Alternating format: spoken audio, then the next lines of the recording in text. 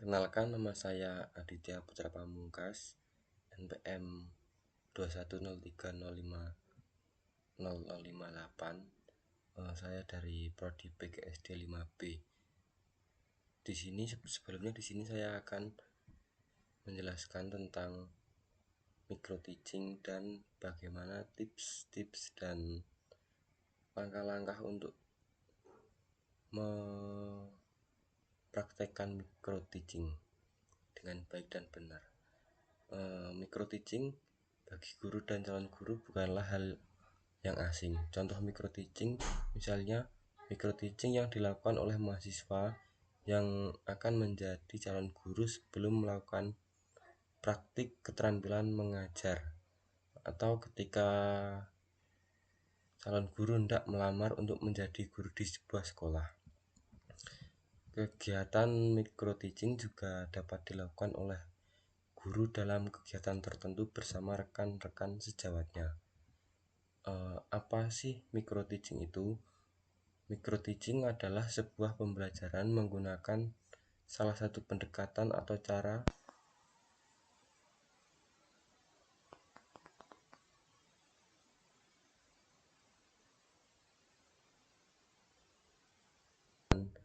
biasanya hal yang disederhanakan dalam pembelajaran mikro antara lain waktu, materi, jumlah siswa, jenis keterampilan dasar mengajar yang dilatihkan menggunakan metode dan media pembelajaran, dan unsur-unsur pembelajaran lainnya. Apa sih tujuan dari micro teaching? Yang pertama yaitu membantu guru dan calon guru menguasai keterampilan khusus. Menjadi guru membutuhkan banyak sekali keterampilan supaya dapat menjalankan tugas dan fungsinya sebagai pengajar atau pendidik dengan baik. Ketika ada keterampilan tertentu yang harus dikuasai oleh guru dan calon guru, micro teaching dapat dijadikan sebagai wahana untuk membantu mereka menguasai berbagai keterampilan khusus untuk mendukung tugasnya. Yang kedua, meningkatkan kompetensi mengajar. Seorang guru harus menguasai 4 kompetensi, salah satunya yaitu pedagogik. Untuk mengasah dan meningkatkan kompetensi ini, guru dapat melakukan micro teaching dengan teman sejawatnya. Dari kegiatan itu, guru akan mendapatkan masukan dan juga pengalaman, sehingga kualitas mengajar akan lebih baik dari waktu ke waktu. Yang ketiga, meningkatkan penampilan dan keterampilan dalam mengajar. Tujuan micro teaching berikutnya adalah membantu para guru dan juga calon guru untuk dapat meningkatkan performa atau penampilan dalam mereka mengajar. Selanjutnya, keterampilan yang perlu diperhatikan dalam micro teaching. Meskipun dalam waktu yang dibatasi atau kegiatannya disederhanakan, kegiatan micro teaching harus mengandung semua unsur dalam pembelajaran. Yang pertama, tahap awal kegiatan. Pembelajaran yang berisi apersepsi, kegiatan inti, dan penutup. 1. Membuka dan menutup pembelajaran. Keterampilan pertama yang harus diperhatikan dalam keterampilan membuka dan menutup pembelajaran. Dalam pembelajaran membuka dan menutup pelajaran harus diperhatikan. Pembukaan harus dapat meningkatkan minat belajar para siswa dan menutup pelajaran dengan memastikan semua siswa sudah memahami apa materi yang telah disampaikan. Meskipun singkat, bagian ini tidak boleh terlewatkan. Yang kedua, membuat variasi pembelajaran. Keterampilan kedua yang harus ditunjukkan dalam micro teaching adalah bagaimana mengemas dengan metode yang bervariasi. Waktu yang terbatas tidak boleh menjadi alasan micro teaching diadakan ala kadarnya atau seenaknya saja, yang penting selesai. Itu tidak boleh dilakukan. Dalam waktu singkat ini, Ini adalah tantangan yang harus ditaklukkan. Bagaimana membuat pembelajaran tidak membosankan dalam waktu yang singkat, namun harus berisi materi atau kegiatan-kegiatan yang berarti. Yang ketiga, menjelaskan materi. Keterampilan berikutnya adalah bagaimana menjelaskan materi pelajaran. Guru jangan hanya menjelaskan ulang isi buku ajar, akan tetapi mampu menjabarkan lebih luas lagi dari buku ajar tersebut. Contohnya, guru dapat membuat rangkuman-rangkuman dikembangkan melalui pengetahuan di tersebut. Dalam menjelaskan materi, perlu juga untuk menyesuaikan dengan karakter siswa, sehingga semua siswa dapat mendapatkan pengalaman baru dalam belajar. Hal ini yang menjadi alasan bahwa menjelaskan materi membutuhkan keterampilan khusus yang bisa dipelajari dalam penerapan microteaching. Yang keempat, memiliki keterampilan bertanya, yaitu keterampilan bertanya kepada peserta didik atau siswa. Dalam microteaching, guru diharapkan tetap memperhatikan cara bertanya kepada siswa.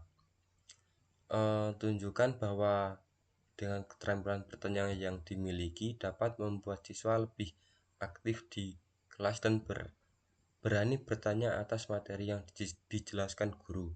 Nah, di sini guru itu bukan cuma sekedar bertanya apakah siswa sudah paham atau belum. Itu sebaiknya guru itu bertanya dengan cara memancing agar siswa dapat aktif dan berani bertanya kepada gurunya mengenai pembelajaran yang belum mereka pahami. Yang kelima, memberi penguatan. Keterampilan memberi penguatan adalah sebuah keterampilan yang membantu guru mampu mendorong siswanya untuk meningkatkan kualitas tingkah laku yang dimiliki, baik selama di kelas maupun di luar kelas. Nah, penguatan ini dapat juga bersifat motivasi atau dorongan agar siswa-siswanya semangat untuk mengikuti pembelajaran di kelas. Selanjutnya, yang keenam, mengelola kelas. Keterampilan yang keenam dalam aspek microteaching adalah keterampilan mengelola kelas. Hal ini mencakup keterampilan yang bersifat kurtatif dan preventif. Dengan demikian, para guru dan calon guru didorong untuk bisa menciptakan suasana kelas yang baik dan juga mendapatkan perhatian seluruh siswa di kelas. Nah, guru itu sebaiknya jangan cuma menjelaskan di depan atau fokus dengan apa yang disampaikan, bisa dengan dengan berjalan mendekati siswanya agar siswanya tersebut merasa terkontrol oleh gurunya. Nah, yang ketujuh, mengajar kelompok kecil dan perorangan. Keterampilan ini tidak jarang guru di kelas harus mengajar kelompok kecil, bahkan perorangan. Dalam microteaching dapat dijadikan sebagai ajang untuk latihan bagi guru untuk mengajar perorangan dan kelompok kecil. Yang kedelapan, membimbing kelompok diskusi. Metode diskusi akan membuat siswa lebih hidup. Oleh karena itu, dalam microteaching, guru juga dibekali keterampilan untuk membimbing kelompok diskusi. Dengan demikian, siswa dapat membentuk kelompok dan mendiskusikan materi pelajaran dengan baik. Selanjutnya, langkah-langkah microteaching. Langkah-langkah dalam melakukan evaluasi microteaching ada 3 tahap. Yang pertama, 1, persiapan. Sebelum melakukan praktek micro teaching, guru dan calon guru harus mempersiapkan harus harus mempersiapkan yang pertama, menyusun rencana kegiatan pembelajaran sesuai dengan waktu yang diberikan. Berapa menit waktu micro teaching? Untuk pelaksanaan micro teaching dapat disesuaikan dengan kebutuhan, biasanya 20 sampai dengan 40 menit. Contoh micro teaching dalam seleksi guru penggerak biasanya itu 10 menit. Selanjutnya, mengatur jumlah siswa di kelas, di mana micro teaching antara 1 sampai 10 siswa saja. Nah, untuk siswanya ini bisa menggunakan siswa langsung atau dengan teman sejawat. Selanjutnya, mencari dan menyiapkan alat bantu atau media kegiatan mengajar. Nah, guru juga harus menyiapkan alat-alat bantu seperti laptop, proyektor, dan lainnya, dan juga harus mempersiapkan media pembelajaran yang ingin digunakan dengan menarik. Selanjutnya, menyiapkan materi micro teaching dengan referensi buku ajar. Yang kedua, tahap pelaksanaan, menyampaikan materi pembelajaran micro teaching secara komunikatif. Guru dan calon guru dapat menggunakan gaya bahasa yang mudah dipahami di kelas.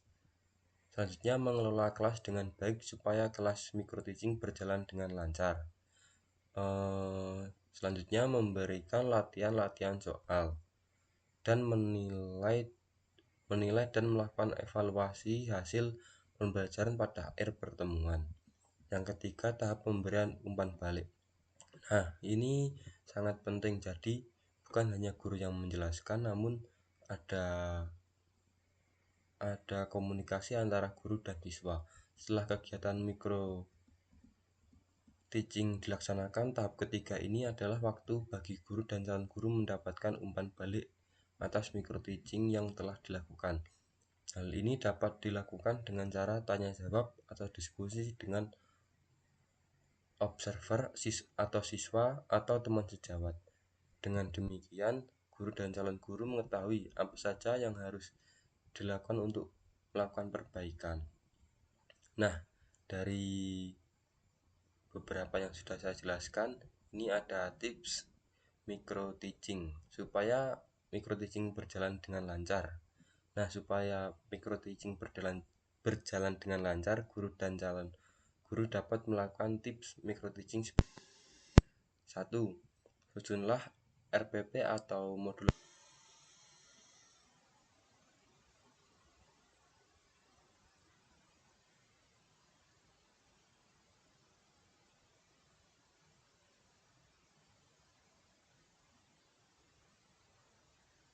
menggunakan.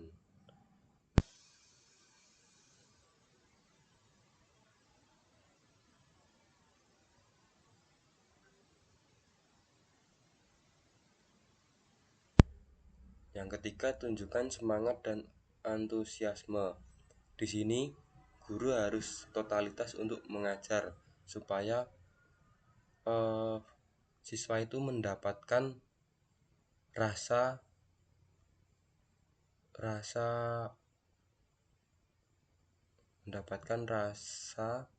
emosional guru.